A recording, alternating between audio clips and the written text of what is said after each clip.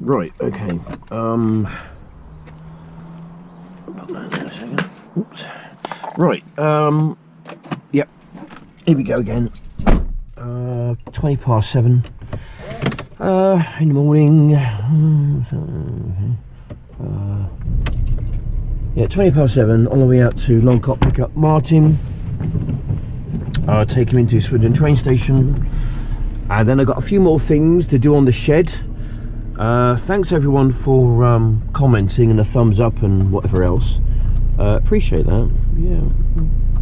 Yeah, it was a good day yesterday. It was quite a good day yesterday.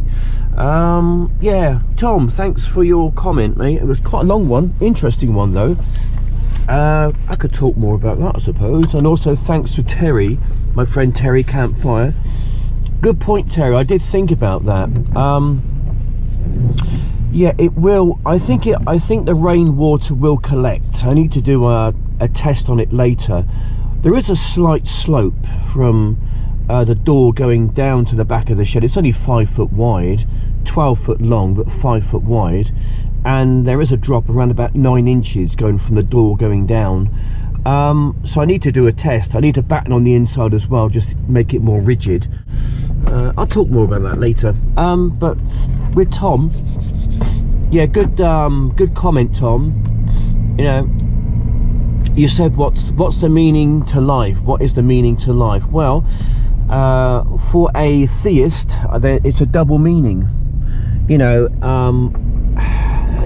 for me personally, well, let's just say for the unbeliever, the person who just thinks that, you know, we are all there is and there is no God, okay, they've got one meaning to life, and that is to fulfill their needs, you know, to the best of their ability, to give them as much pleasure and satisfaction as they can in this life. For me, it's a double meaning. So I've got that thing going on, the same as yourself, but also that's the small plan, but there is a bigger plan going on within the small plan. And the big plan is, all right, this is the God thing, is that God wants us to experience good and evil. That's it. He wants to experience sin and death, you know, and the reasons for that is so we can know good. All right, you know, if all there was good, then we wouldn't know what good is. But because God introduced evil into his creation, this is all biblically sound, it can be proven from the Bible. God created evil so that we could know what good is, you know, because whilst evil's around, we have something to measure good with. And that's the reason why, Tom. And then eventually, at the end of our life, we all go back to God and experience the good. Because now we can appreciate God for good, because we know what evil is. There we go. In a nutshell, I've just about given you the gospel there. But, you know, Tom, you know, we've banged our heads a few times, haven't we, over the years. At the end of the day, mate, you're a great guy and I love you. Simple as that, you know. And yeah, thanks for watching the video. Thanks for the thumb up. I know you thumb up my videos. And yeah, there's people out there who thumb them down. Now, they don't thumb them down because the video is rubbish. They thumb the videos down because they hate me.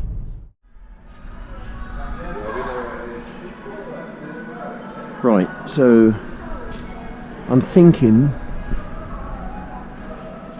of how I can. Okay. Right, okay, I think I got it sorted. Yep, okay, I'm just thinking how I can make the tarpaulin kind of run off, water run. So it's £2.4. Okay, I'm thinking aloud at the moment. I'm trying to create a bend in the tarpaulin so that I get rain runoff. Yeah, that should do it actually. That should give me the bend. It's just a matter of securing it in 4 places, so I can get that kind of angle, if you like, and that tightness in the tarpaulin, so the rain, when it does rain, it just runs off rather than gathers and cause some kind of a lake, wait. Alright, okay. We've got some gathering spots there, as you can see. Some's going to run off, some's going to gather. You can see there it's gathering. Right, so that needs to be addressed. Over time, that will weigh down, and it will sag and it will wear. Okay. Right, so we've got the shed. Okay. We'll look at it from a side angle, right? From a side angle. Right, so the door is here. Right, side angle. So this bit here is 5 feet wide. All right.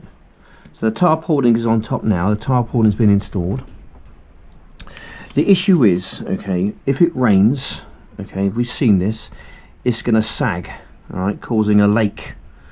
All right, causing a lake, and it's going to obviously cause problems in days, weeks, months, years to come. So we need to alleviate that, and the way we do that, okay, cutting plan. Right, we've got the plastic, bendy plastic. So we attach one part of the plastic here, one part of the plastic there, and we bend it up like so. That's what we do, causing like a bevel, a bow effect. That is. So what I'm going to do, I'm going to chop it in half, find the halfway point, chop it in half. It's a quick way of doing it rather than measuring it. Just balance it, roughly whereabouts it goes. Right, so it's about there somewhere. It's a halfway point about there. So we're going to install this one. I'll put that one in there like that. I'm going to try and bend it over and stick it into that one there if I can. There we go. Alright, okay. Right, so that's giving me my sort of desired bow there.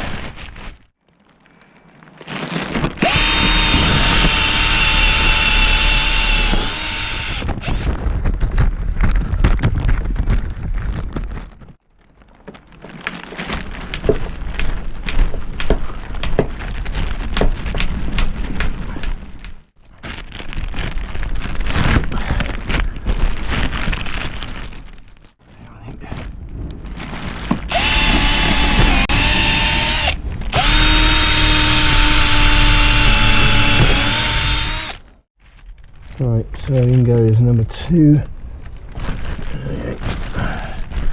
Let's just bend this one around, shall we?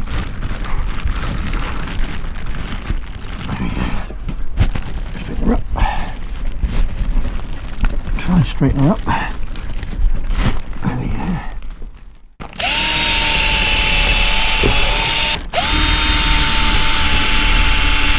Right, get the screw there in, cut to the right size, and then install. Here goes number 3.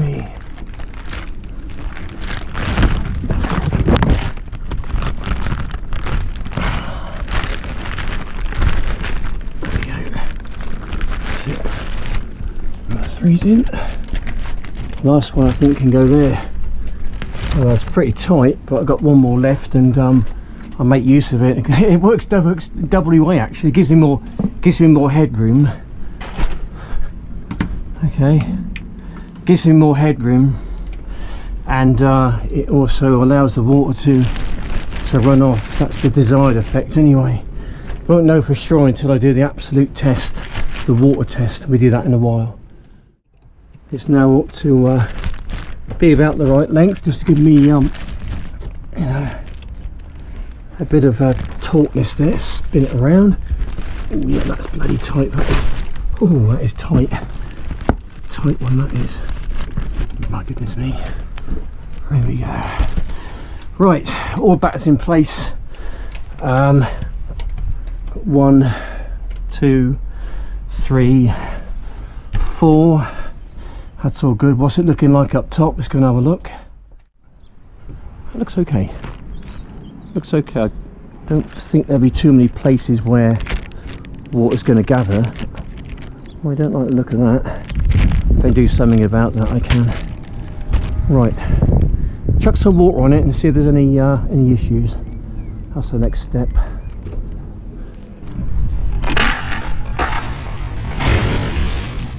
Hopefully it's running off. The other camera's picking that up for me whilst I get back here and get some more water, just to throw up there again, simulate torrential rain we get in England occasionally.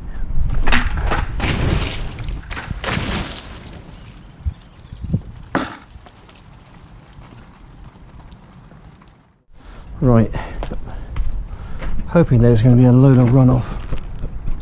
Yeah, that ain't collecting anywhere.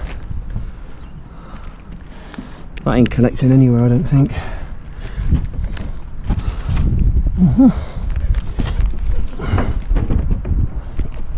That looks pretty good. I'm pretty happy with that, to be honest. I don't think it's going to collect on there.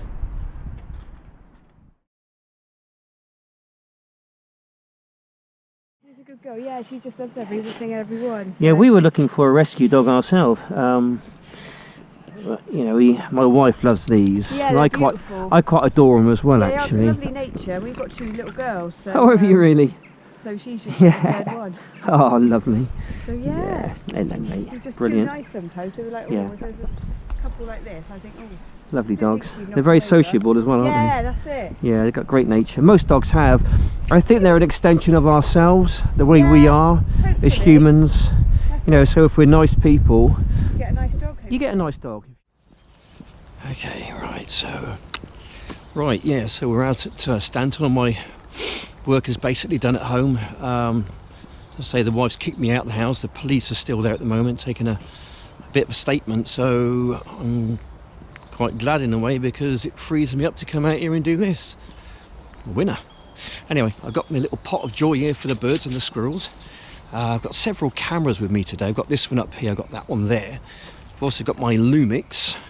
So we're going to spend hopefully about an hour or so out here, just feeding the bird tables and gathering some footage and whatever else, just to take back and put in my video. Right, so there's a nuthatch on there.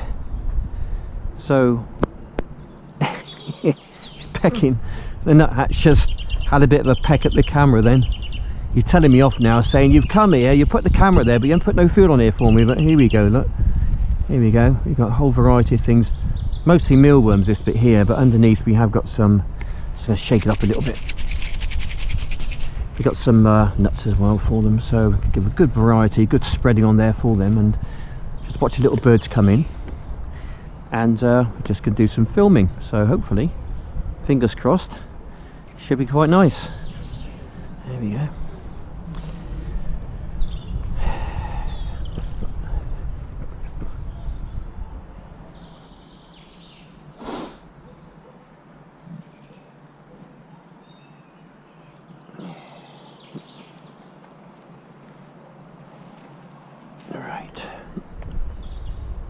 Okay, so there we go. We got some life on there. Look, there's a little nuthatch just come in and having a bit of a peck. Just trying to focus on it. It's not easy with the camera and the Lumix sometimes to get and focus it. You can see I'm using a different camera today. Main reason why that is because I got halfway here and suddenly realised that, oh, I forgot my little session. I wasn't going to go back and get it. So I'm hoping that it's not spooking them too much. So I'll let the GoPro gather the footage for me. It's probably better than my Lumix. My Lumix is great for stills up close and things like that. But I think for actual footage gathering, I think the GoPro is pretty awesome. So yeah. So there's a whole variety of bits and pieces on there for them. Not sure what they're going to make of the mealworms, mind, but hoping that they're going to like those. So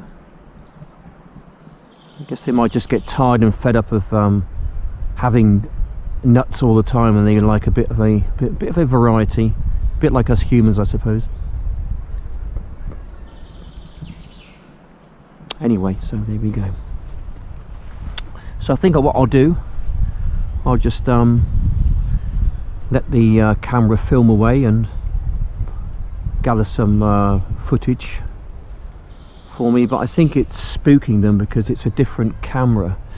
I think as soon as I take the camera off of the bird table, I'm thinking that more birds are going to come in, so I think I might just leave them to it. Nice little nuthatch on there just then. Yeah, that's what we'll do. Right, so we walk away. We've got other bird stations, feed stations to go and replenish, so I get off and do those, I think.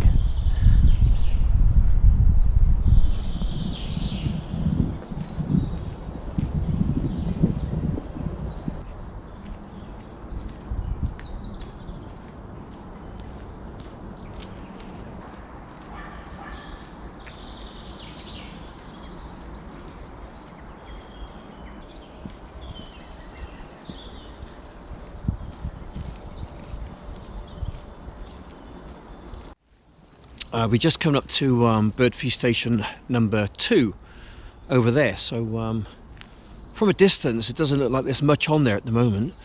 Again, the weekend was a bit, wasn't it, deterred people from coming out, so yep, I think the little squirrels, and I can see one at the moment. I think the birds are probably hungry as well, so I'm going to go and stick some food on the bird table for them, so let's go and do that.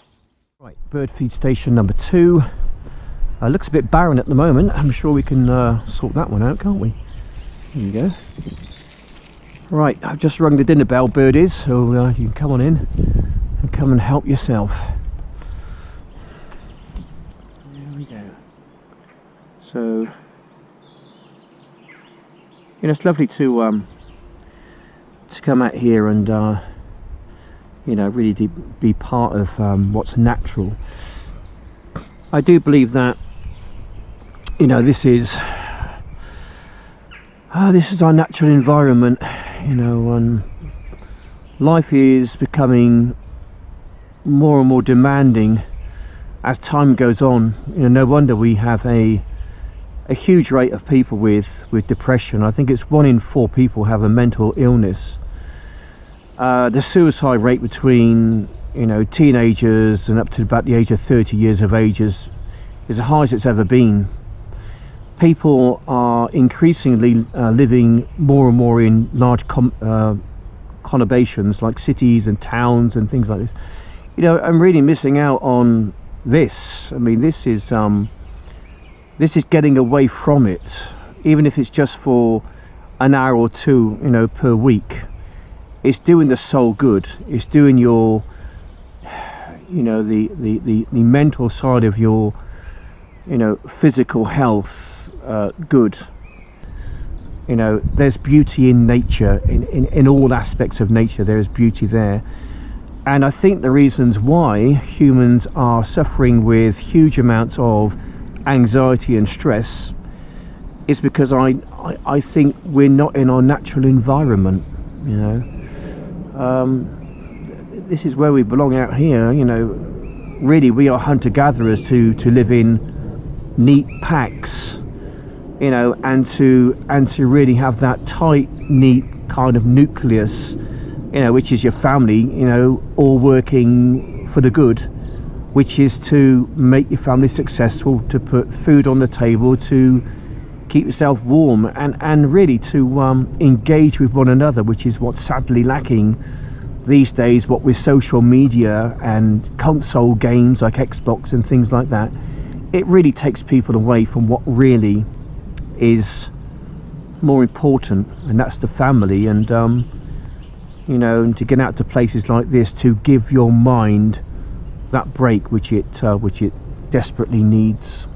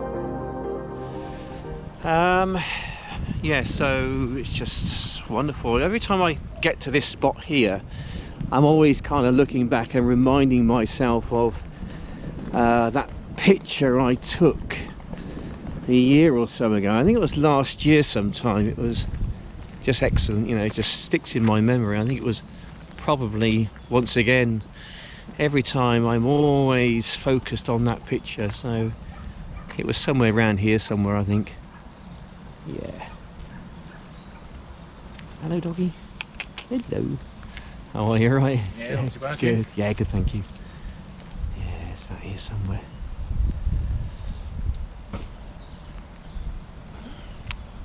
I think just here is probably my favourite part of the lake. Yeah. I took a photograph last year, and I always use it at the end of my little videos on YouTube. I do little YouTube videos and things, and it was at the height of probably autumn, I think, somewhere in September. Everything was in bloom. You had the sun over there to the right hand side. Yeah. You had the bulrushes here were perfect, just you know, blossoming. Leaves on the trees, golden brown. The lake was an absolute scene, and it was just perfect. Yeah. Yeah. Here we go. Yeah. One of the old fishing platforms here, looking across a very cold and kind of uninteresting lake at the moment, but you know, everything is in lockdown mode at the moment. You know, it's in hibernation mode, as I call it, and you know, it's really just waiting for the first real warmth of the sun to come through and to wake it all up and say, right, now's the time to start growing. Now's the time to start growing. And it will do, and it will do. Anyway, so I say farewell to the lake, or my lake, to the lake. Until next time, I've got to go home. I'm expecting a delivery of a refuge bag. I can put all my rubbish in it, get rid of it, and yeah, do some garden projects in perhaps the weeks or the months to come, for sure. Yeah.